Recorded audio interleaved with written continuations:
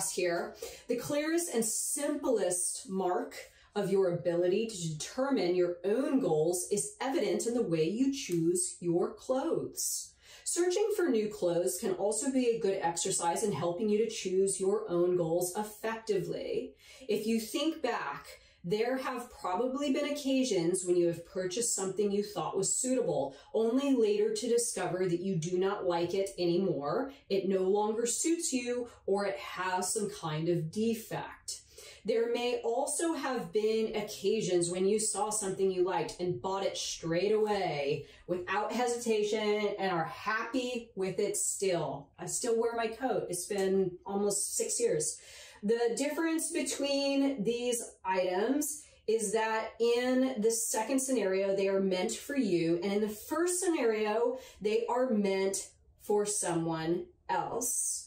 The first type that attracted you is meant for someone else. It may be something you saw on a mannequin or something a friend was wearing. Just because something looks good on someone else does not mean it will necessarily look good on you. It may have nothing to do with a shortcoming in your figure or other virtues. It is terrible being a mannequin that everything looks great on. It is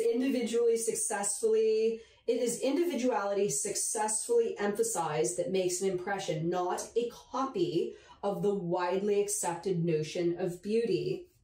I know I am not the first person to have said this, but nonetheless, people spend a lot of time out shopping not knowing what to buy. Knowledge of style, a feeling for fashion, and even good taste does not help. Even if you have bought something having searched for it for a long time, you may still not be totally satisfied with your purchase. If you always want to be able to always find exactly the thing you are looking for, you have to learn to distinguish between things that are yours and things that are meant for someone else. So how is this done?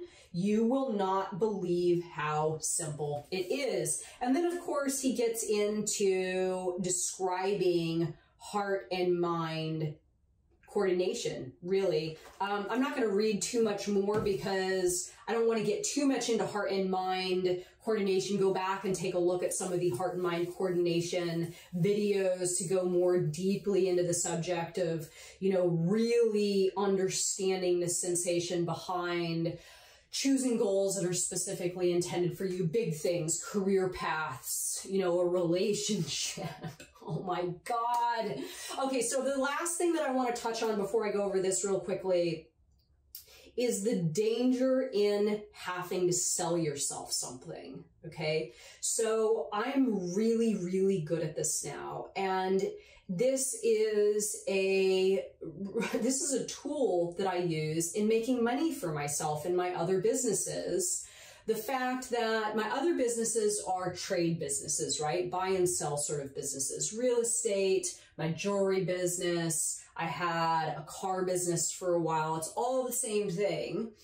That when it comes to buying inventory, and you can apply this to any professional endeavor, any side hustle, any way that you intend to make money, if you have to convince yourself, if you have to sell yourself on an idea, if I have to sell myself on a piece of jewelry, right? If somebody shows me something and I have to look at it and be like, okay, should I buy this? Should I not buy this? Oh, what am I, not for me. If I put it on and I'm like, oh my God, this is awesome. I'm buying this because I know I can sell it, right? As soon as I feel that sense of heart and mind coordination internally about the item, I know that somebody else will. And I know that my ability to sell the item is going to be high, right? So again, this is a phenomenal tool in helping you navigate your even with your relationships, profession, relationships, lifestyle. If something is intended for you, you absolutely do not have to sell yourself on it at all. So instead of, you know, always looking to heart and mind coordination to provide me the answer if I should do something or not, sometimes that heart and mind coordination isn't so obvious. Sometimes, as I like to say, I let my heart decide, then I let my brain get involved in the logic. And sometimes there's a little bit of a delay there. But my backup, my insurance is to make certain that I'm not feeling that sensation of needing to sell myself on something, right? This is really, really, really big. So a question for you watching, is there something in your life that you are selling yourself on right now? A relationship, your career path, where you live, something about your lifestyle, friendships, whatever. Is there something that you are convincing yourself or you're trying to sell yourself so you can feel okay with it, right? This is really a big, big, big question to ask. So, a few questions before we wrap it up. What is your heart drawn to? This is really starting to get to the crux of choosing the things for you, transurfing a reality that's intended for you, is asking yourself, what is your heart drawn to? What does your heart want? Having made the decision, be aware of how your inner voice responds. So if you say, yeah, this thing's for me, my heart says yes, right? Then make certain that there's not that little catch. Well, maybe you shouldn't, right? So that maybe you shouldn't is exactly what Vadim was just talking about in the book, buying something and then getting home and realizing it had a flaw, it doesn't fit, it doesn't look good on you, all that kind of stuff. The heart always knows exactly what it wants and exactly what it does not want. Okay, so I know I just stated that sometimes it's a little bit challenging to hear that voice, but it is there and it absolutely does know what it wants and what it does not want. So when people come to me, hey, I have these two choices, what should I do? Should I marry this guy or not marry this guy? Should I take this job or not take this job?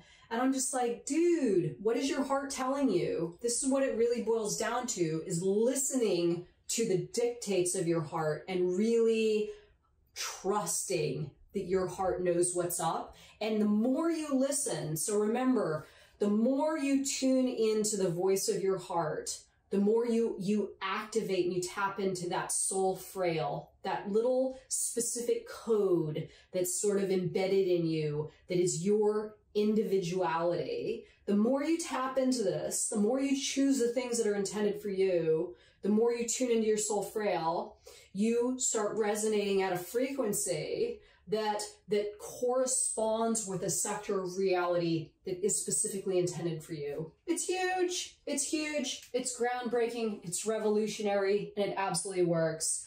Wake up and tune into the feeling the time you made the decision. Okay, so pay attention now with awareness, since we talked about it today. The next time it's time to buy something or make a choice, or you come in front of a new opportunity or whatever, see what your heart has to say about it. And then like take a mental snapshot of that sensation.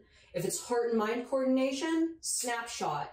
If it's your mind saying yes, but then your heart saying no, snapshot, right? And remember those feelings. These feelings will help you navigate future choices, opportunities, shopping excursions, professional endeavors that present themselves to you, romantic partners, pretty much everything. And if you can navigate from this place, your reality is going to become even more amazing than it is right now. And this is exactly what's happened for me. So let me know your thoughts on this video, everybody. Like, subscribe, do all that good stuff. Thank you so much for watching, and see you all tomorrow. Bye, guys.